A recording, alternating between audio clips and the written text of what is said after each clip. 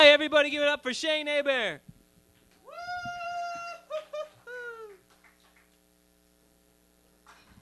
Hello, everyone. Quick question, just getting it out there. Is there anyone here who has an overweight friend? I should warn you, I'm not trying to, goad you in and then make fun of you. I need to know, because something tells me you don't know what you need to know about your friend. There's a mystery there, and I want to help you out. Your fat friend fucking hates you. It's nothing personal. It's nothing you did. It's not because you're skinny. He doesn't feel like you're condescending or patronizing. We are just filled with fucking hate.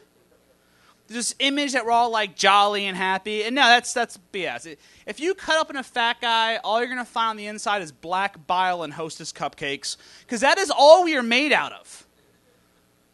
We hate other fat people to a level you can't begin to understand. You may think that we're gross. You don't want to fuck us. That's fine. Your choice. But there's always a level of sympathy there. You're like, oh my God, that is so disgusting. How could anyone do that to themselves? He needs help. That's not what goes on in here. I could be at a buffet and see a guy that eating the exact same thing that I'm eating. If he weighs 2 more pounds than me, the first thought in my mind is, look at that fat piece of shit sweat. I'm not saying he could kill himself, but no one would be surprised. It's true. There is no solidarity in the fat community. It is every bloated, wheezing sack of shit for himself. And I really think that's why we've never been able to pass legislation. We are the only disenfranchised group that has no laws drafted especially to protect us. That's why if you're a company, you can do whatever you want to us, and we're not going to do shit about it. You can make us buy 2 movie tickets or an extra seat on the plane. You can discontinue the biggie size at Wendy's. Nothing is going to happen. We're not going to sign petitions because we're lazy. And we're not going to march on Washington because that involves marching. We're not even a minority. 65% of America is overweight. 30% are obese. And you're telling me we can't get shit done? And not big things. Not saying we change the world, but get a face group together or something. You know what I'm saying? We could at least get a free milkshake out of McDonald's. Every fat piece of shit say they're not going to eat at McDonald's ever again unless we get a free chocolate milkshake second Tuesday of every month. That would pass. And you skinny bitches, you don't get that milkshake. I'm sorry. If you can comfortably fuck your girlfriend in a bathtub, you don't deserve a milkshake. My favorite part of that joke is the image of fat people fucking in a bathtub. It's one of those things you would never want to see, but I think if you walked in on it, you couldn't look away. It is like a car crash full of ugly babies. A little bit more about myself. I used to work at a porn store. I don't know if you guys are aware of this, but there are some creepy fucking people that go to porn stores. Do you guys know that? And I am creepy as shit, so for me to say that means something. People would come up and ask me about videos that I felt very uncomfortable answering them to. They'd be like, hey man, psst. I'm behind the counter, you don't have to psst at me, bitch. It's like, hey, you guys have any videos where it doesn't seem that the girl's into it? What? You know, there'll be a girl on a park bench, waiting for her bus. And then 8 or 9 black dudes will come in, that'll start fucking her right there, and they'll rip her clothes off, and she'll be screaming, oh, someone help me. Got anything like that? Huh? You mean rape? Whoa, man, you and your labels. I'm just looking for a video. I've never lit a small bag of dog shit on fire before. But this one time I torched a PetSmart for the insurance money. I think that should count. I'm sorry. Lately, these are all new jokes. Lately, I've been writing jokes for me. Things that I'm interested in, things that I think are funny. And I realize that that is very selfish, I need to make jokes for you, what you want to hear. So I've done that, and I've gone out and I've written a joke for you, the stupid audience. Hey guys, what's the deal with pistachio nuts, am I right? It's like, oh, here's a delicious nut. I want to eat it with my mouth. But first there's all this shit I gotta do. I gotta open up the pistachio nut with my hands and eat it with my mouth. I'm like, come on! I'm not saying slavery was a good idea, but this is some bullshit. How'd that one go over? Is everyone's intelligence equally insulted by that joke? Sweet! Success! I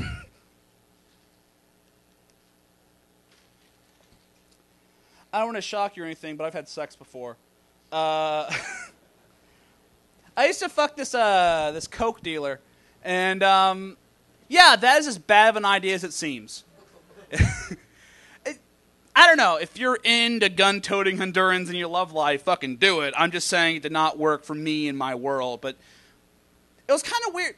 Whenever we would fool around, she would always want me to put, like, some movie or something on for some background noise so my roommate couldn't hear all the horrible things I was doing to her.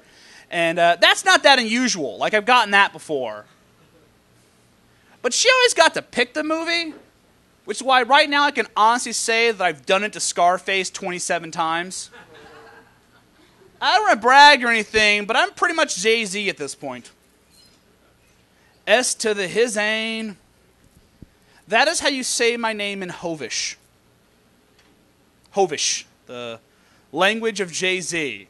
You know, if I have to explain it, you're not smart enough. I was watching the news. It was an accident. I got really high during the Family Guy, and I spaced and forgot to change the channel. It happens to the best of us.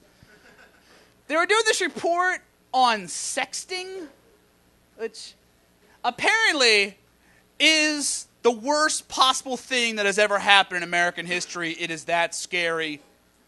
All it really is people sending explicit comments and video and images over the text messaging. And I was a little insulted they act like that was so scary, but I was more insulted because they acted like that was new. Like, I remember the mid-90s when everyone was on AOL. We called that shit cybering. And before that, it was a dirty phone call. Like, and that didn't even have a catchy name. That just had a vaguely descriptive adjective. And something tells me that my and my father's generations were not the only ones that were complete leches. That means if you go back in history, into the annals of time, you are going to find some pretty sexy telegraphs. Oh yeah, baby. Right there. You know how I like it. Don't stop. I should have warned you. This is a telegraph joke. Should have prefaced that.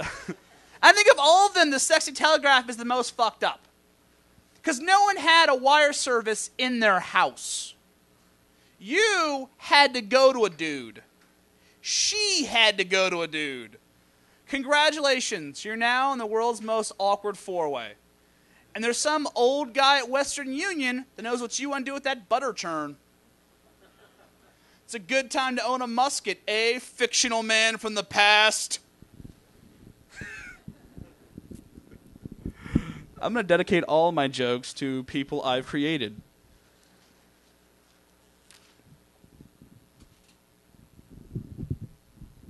I think there is nothing more attractive in this world than a woman that drinks whiskey. Are there any women here tonight that drink whiskey? Yeah. It's just, if they're not a woman that drinks whiskey, they're a girl. And then they drink those cute little drinks, the funny names and oversized glasses. Everything looks like a Dayglow fucking fruit salad. I'm sorry. I don't want to put that on my tab, all right? It's going to go on my credit card. I'm going to get signed up for some weird newsletter, Fag Teeny Monthly or something. Like, I don't want that. I want a woman that can line up and shoot Irish whiskey. Because then I know whenever we go out to a bar together and I order my Zima, there will be someone there who can have my back. The moral of that story is that Zimas are delicious.